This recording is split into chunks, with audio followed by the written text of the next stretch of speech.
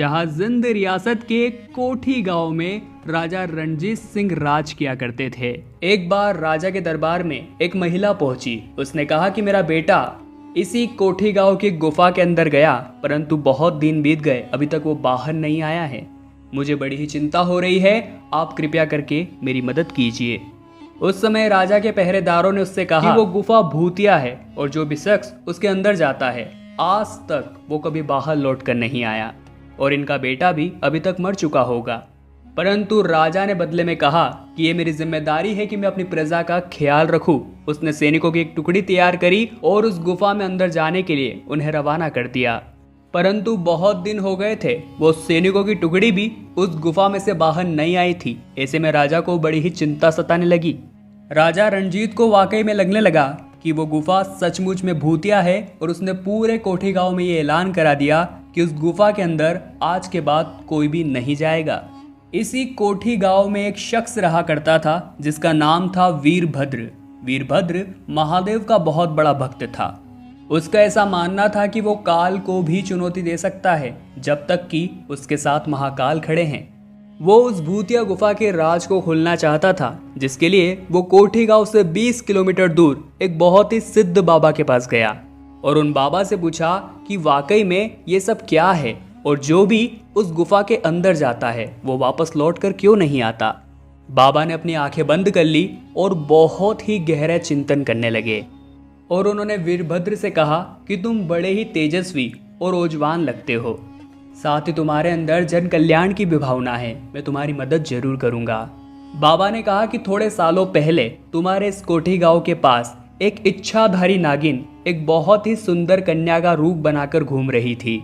एक बार वो नदी में से जब पानी पी रही थी तो उसने नदी में देखा कि कुछ सुनहरी चीज चमक रही है। जब उसने अंदर हाथ डाला तो उसने देखा कि वह तो सोना था।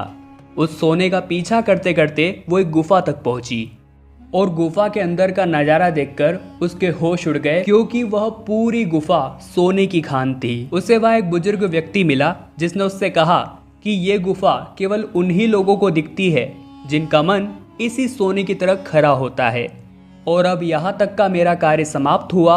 आगे इस सोने की खान की रक्षा करने की जिम्मेदारी तुम्हारी है।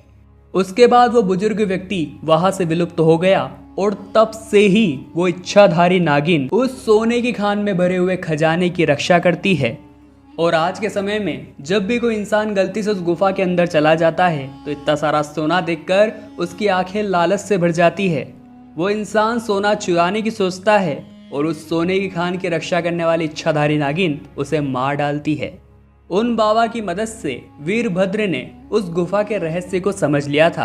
अब इस रहस्य को उसने राजा के साथ साझा किया और राजा से यह प्रार्थना करी कि मैं उस गुफा में जाना चाहता हूँ।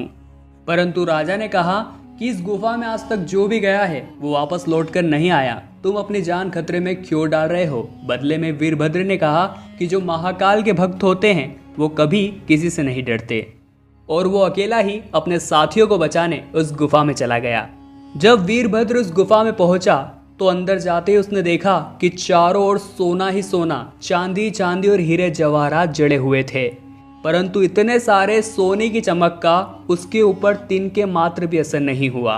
वो केवल और केवल अपने साथियों की जान बचाना चाहता था। जब वो थोड़ा और अंदर गया उसने देखा कि उसके बहुत सारे पहचाने हुए साथी वहां पर बेहोश पड़े हैं और बहुत सारे इच्छाधारी नागिन के हाथों मार दिए गए हैं।